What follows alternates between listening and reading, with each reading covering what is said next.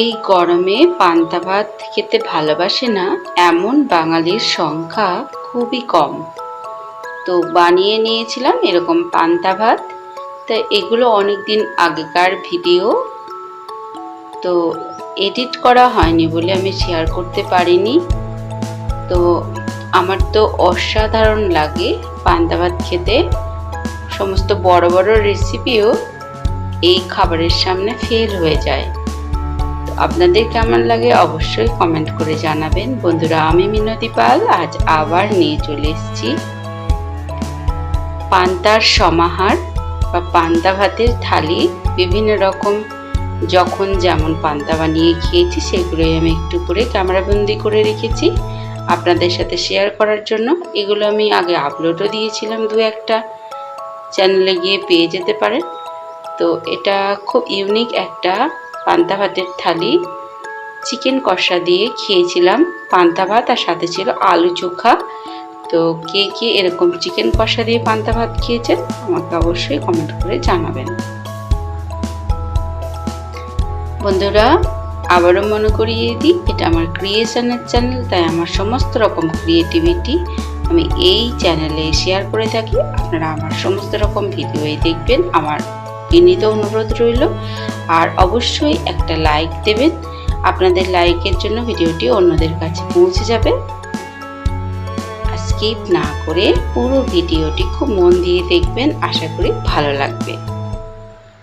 তো এটা হঠাৎ করে ঠিক হয়েছিল, তাই আগের দিনে জল দেওয়া ভাতের সাথে বানিয়ে নিয়েছিলাম এরকম চিকেন কষা। আর এটা হচ্ছে সরস্বতী পুজোর সময় গত বছর তার আগের বছরের এই থালিটা আমি বানিয়ে নিয়েছিলাম। পুকুর থেকে মাছ ধরিয়ে এনেছিল, প্রচুর মাছ, মাছের আইটেমগুলো পুকুরে ধরা মাছ দিয়েই হয়েছে।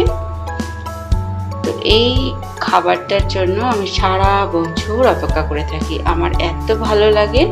আপনাদের কার কার এতটা প্রিয় আমার মতন অবশ্যই কমেন্ট করে জানাতে পারেন। আমি জানলে আমি খুশি হব বা আমার ভালো লাগবে। তো গোটা সিদ্ধ, সাথে ছিল এরকম পেঁয়াজ, বিভিন্ন রকম সবজি, পালং শাক, ধনেপাতার পকোড়া, বাঁধাকপি, পোস্ত, আর ছিল মাছের ঝাল, মাছের টক, আর কলাই সিদ্ধ। আর এটা ছিল গত বছরের পান্তা ভাতের থালি।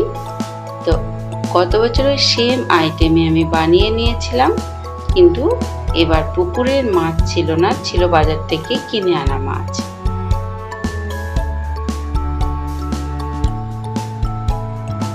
শীষ পালংয়ের চচ্চড়ি, ধনেপাতার পকোড়া, বেসনের ফুলুরির পোস্ত, গোটা সিদ্ধ, এগুলো কার কার খুব প্রিয় অবশ্যই কমেন্ট করে জানাবেন।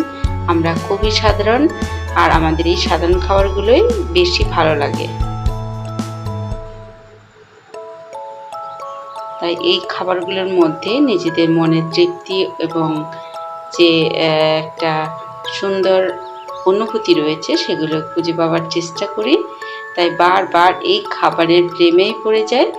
তো ভাতের মধ্যে আগের দিনে যে জল দেওয়া ভাত, সেটা বাটির মধ্যে নিয়ে তাতে কিছুটা নুন দিয়ে আবারও জল দিয়ে ভালো করে একটু হাত দিয়ে ডলে ডলে নিচ্ছি। এতে করে ভাতটা খেতে খুবই ভালো লাগবে। এবার আমি থালার মধ্যে উঠিয়ে নেবো। এদিকে ভেজে নিচ্ছি ডিমের অমলেট। এটাও একদিন বানিয়েছিলাম। তো এর সাথে যে গাছ পেঁয়াজের যে গোড়ার অংশগুলো হয়, এগুলো খেতে তো দুর্দান্ত লাগে। আর ছিল পুরনো তেঁতুল দিয়ে নিরামিষ বিভিন্ন রকম সবজির টক। এই টকের মধ্যে কাঁচা পেঁয়াজ আর লঙ্কা ডলে এত অসাধারণ লাগে, তো আমার কথা বলতে বলতে এখন জিভে জল চলে আসছে। এডিট করতে বসে আমার তো আবার লোভ লেগে যাচ্ছে, আবার মনে হচ্ছে কালই হয়তো আমাকে বানিয়ে আবার খেতে হবে। আর এই গরমে পান্তা ভাত কিন্তু খুবই উপকারী, শরীর ঠান্ডা রাখে। আর এই পান্তা ভাতের উপকারিতা বিভিন্ন চ্যানেলে দেওয়া রয়েছে, আপনারা গেলে সার্চ করলে পেয়ে যাবেন। তো পান্তা ভাত খাওয়া শরীরের জন্য খুবই ভালো, বিশেষ করে এই গরমের জন্য। ডিমের অমলেট, সাথে নিরামিষ টক মাখা, আর ছিল ধনেপাতার পকোড়া। এই থালিটাও অসাধারণ ছিল। তো টিফিন টাইমে আমরা প্রায়ই এরকম পান্তা ভাত বানিয়ে খাই, কখনো দুপুরেও খেয়ে নিই। যেদিন ওরা হয়তো বাড়িতে থাকলো না, হাজব্যান্ড ছেলে কেউ থাকলো না বা খেয়ে চলে গেল, তো আমার ইচ্ছা হলে আমি আগের দিন থেকে ভাত রেখে আমি কিন্তু এই পান্তা ভাত খেয়ে নিই। বানিয়ে নিয়েছিলাম ডবল ডিমের অমলেট, আর ছিল আগের দিন রাত্রের ডালিয়ার খিচুড়ি। এই বাসি খিচুড়িটা আবার আমার হাজব্যান্ডের খুবই পছন্দের, তাই ওর জন্য 1 প্লেট ডালিয়ার খিচুড়ি রেখেছি। আর প্রচণ্ড বৃষ্টি হয়েছিল, দুর্যোগের মতো। মনে পড়ছে না সময়টা ঠিক, এত বৃষ্টি সারা রাত্রি ধরে হয়েছে যে ঘরে জল উঠে যাওয়ার মতো অবস্থা।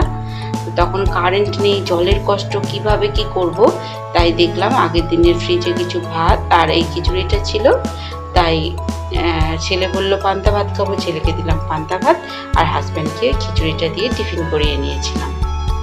তো একটা ডবল ডিমের অমলেট ভেজে নিয়েছি, আর অমলেট ভাজা তো খুবই ইজি ব্যাপার, সময় আর খাটনি দুটোই খুব কম লাগে আর খুব হেলদি রেসিপিও। তাই একটা ডবল ডিমের অমলেট দিয়ে একটা হাফ দিয়ে দিয়েছিলাম খিচুড়ির সাথে ওকে সার্ভ করে, আর বাকিটা আমি পান্তা ভাতের সাথে সার্ভ করবো বলে একটা প্লেটের মধ্যে উঠিয়ে রেখেছি। তো পান্তা ভাতটাকে সুন্দর করে গার্নিশ করে নিচ্ছি। এর জন্য কড়াতে কিছুটা সর্ষের তেল দিয়ে তাতে সামান্য পরিমাণ ডাই, শুকনো লঙ্কা আর কারি পাতাটা ভেজে নিচ্ছি, আর একটা কাঁচা লঙ্কাও মিশিয়ে দেব। এবার কাঁচা লঙ্কাটা মিশিয়ে একটু হালকা ভেজে নিয়ে তড়কাটা তৈরি করে নিলাম। এবার যে নুন দিয়ে জল দিয়ে যে ভাতগুলো ভিজিয়ে রেখেছি, সামান্য পরিমাণ তাতে নুনও মিশিয়ে দিয়েছিলাম তো খেতে দেওয়ার আগে। তো তখন ওই নুন মেশানো ভাতটার মধ্যেই তড়কাটা দিয়ে দিলাম, একটু ভালো করে চামচের সাহায্যে মেখে দিচ্ছি।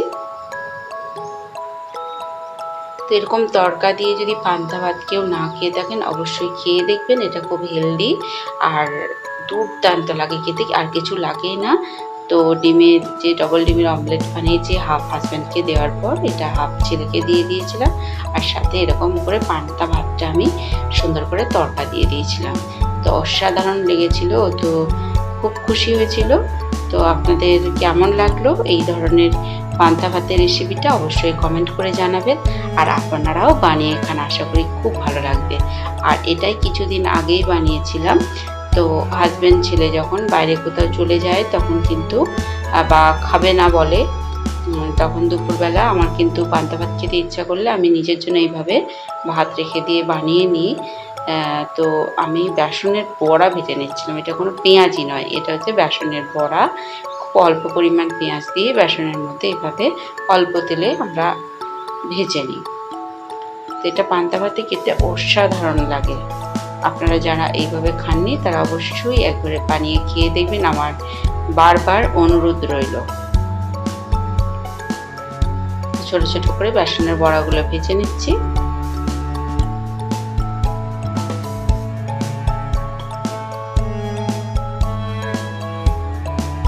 আর একটা বানিয়ে নেব ডিমের অমলেট। তো বেসনের বড়ার সাথে ডিমের অমলেটটা পান্তা ভাতে খুবই ভালো লাগে।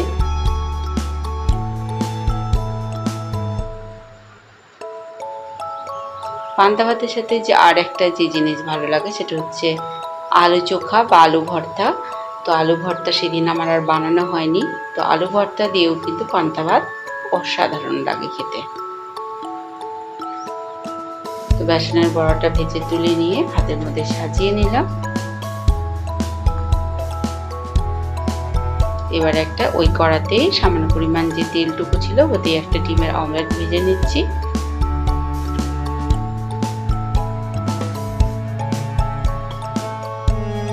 তো ডিমের অমলেট, বেসনের বড়া আর এরকম নিরামিষ টক মাখা, তো একদম দুর্দান্ত খেতে লেগেছিল এই পান্তা ভাতের থালি আমার।